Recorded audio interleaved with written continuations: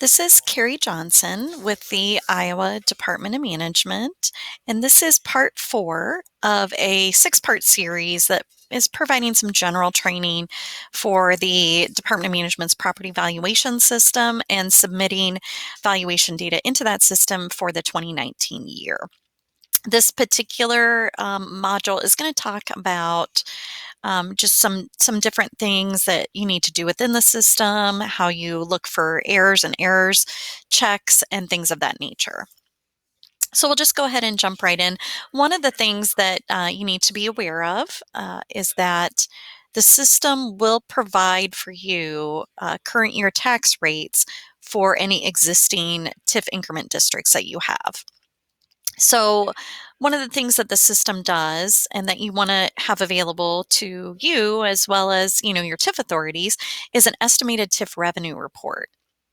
And this is a report that's going to provide the estimated TIF revenue for the TIF areas in your county. What the system will do is provide for you the current year TIF rates.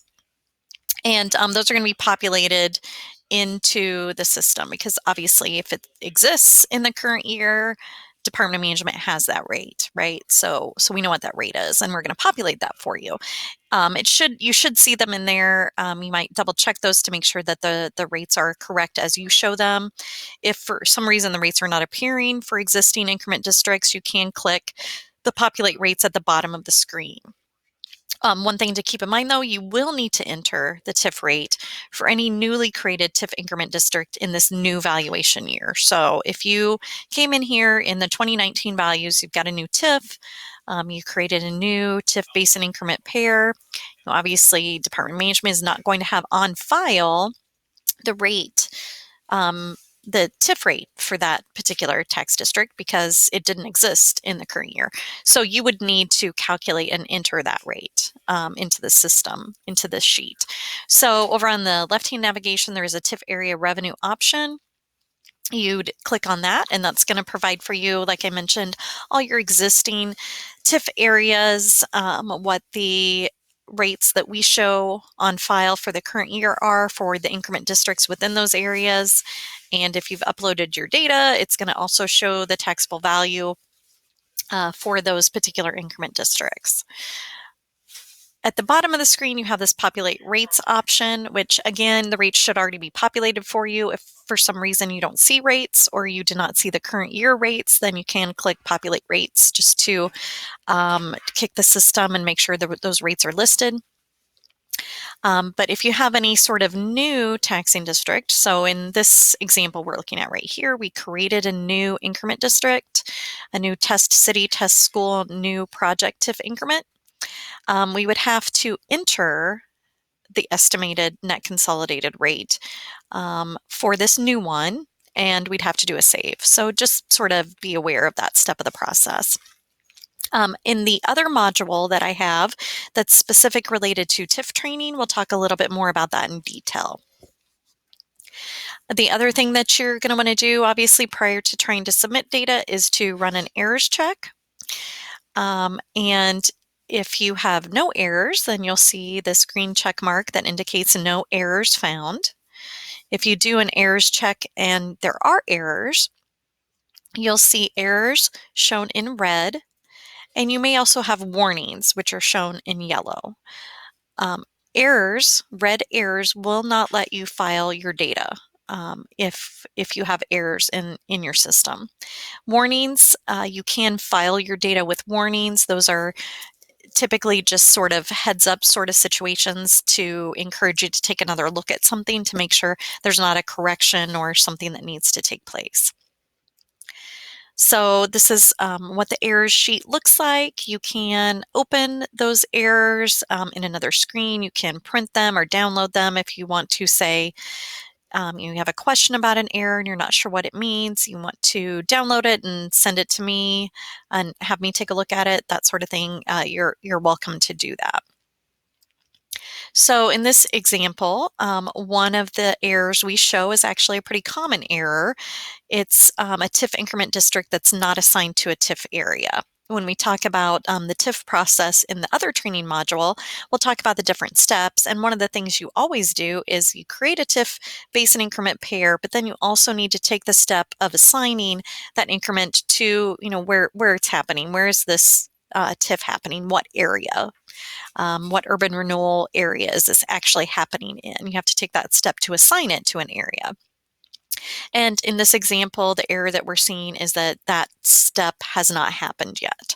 And it's going to tell you, this particular tax district is not assigned to a TIF area. So then you can go make that correction, save, come back, run your errors check again, and that should clear the error.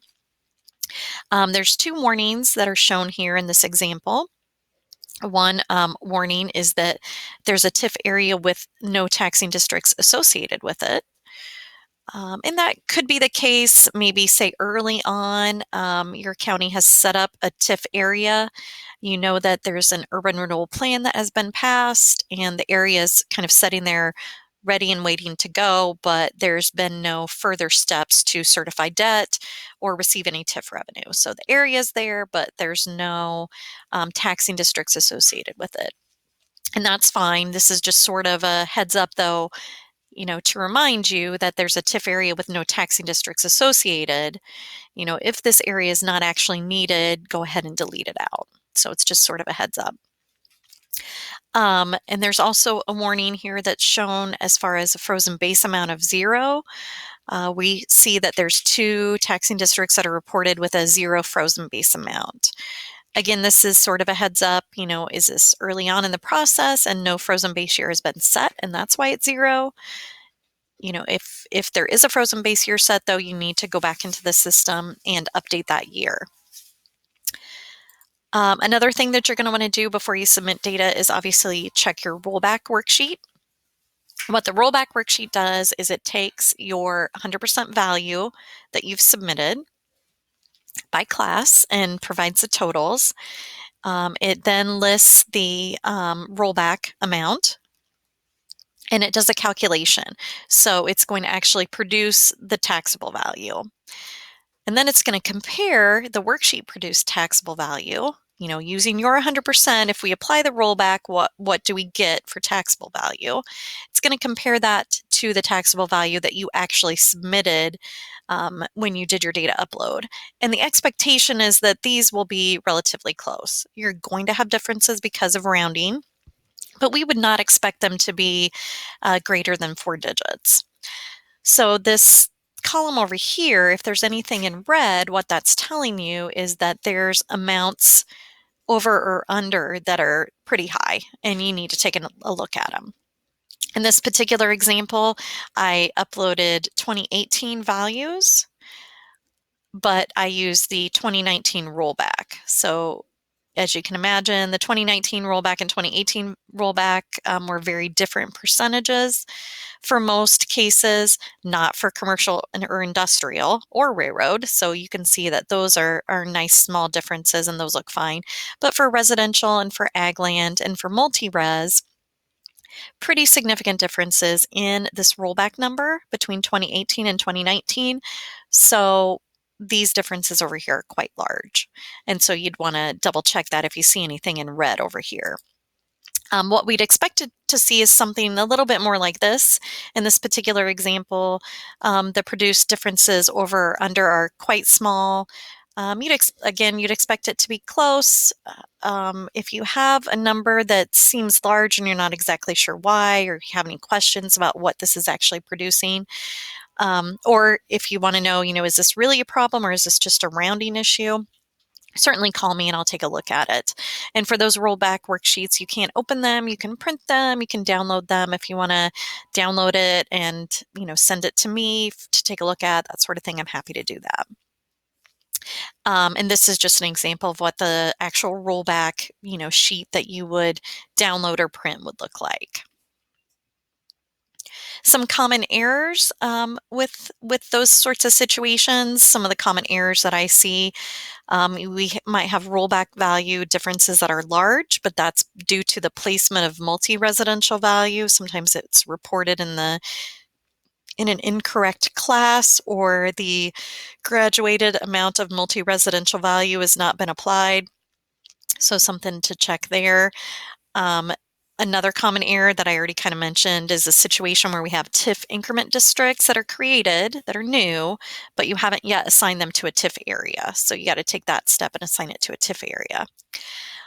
Also, city ag lands that's reported in a non-city ag taxing district, or value other than city ag land reported in a city ag taxing district. So that sort of flip-flop of an error is something that we see sometimes. So some of the common things, but again, as you're working in the system and you run your errors check, if you have concerns or errors and you're just not sure how to fix those or it doesn't make sense, definitely feel free to contact me and I'm happy to take a look and we'll work through those. Thank you.